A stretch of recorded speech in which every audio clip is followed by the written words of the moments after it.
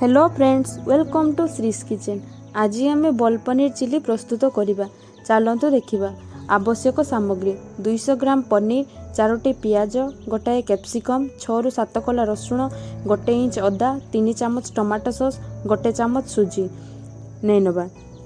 प्रथमे गोटे जगार पनीर को भल भाव ग्रेट कर नवा। से 1 चामच सुजी पकाई 8 ରୁ 10 मिनिट भल भाव चकटी नवा।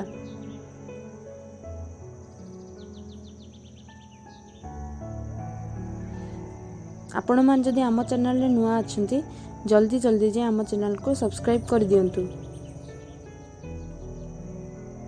तापरे छोट छोट गोलाकृति भली गढ़ी नेबा।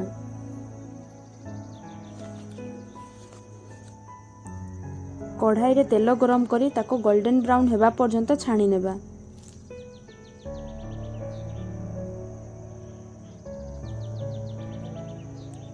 तापरे कढ़ाई रे 2 ରୁ 3 चामच तेल गरम करी सेथिरे कटा होई रहिथिबा अदा रसुण को पकाई भाजी नबा।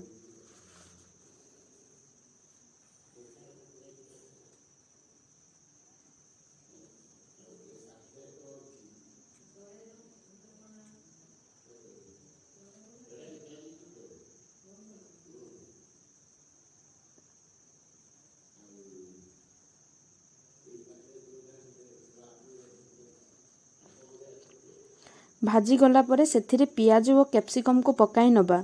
स्वाद अनुसार लूण पकाई भल भाबरे भाजी नबा।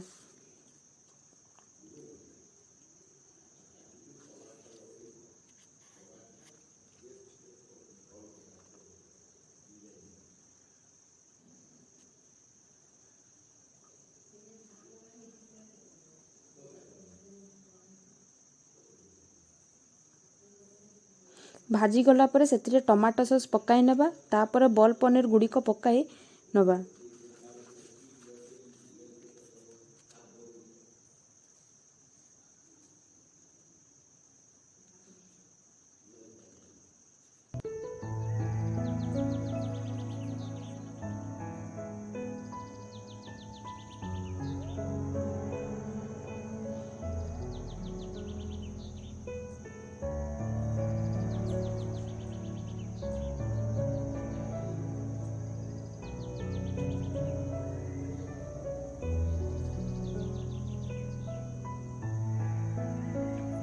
सेथिरे अल्प टिके चीनी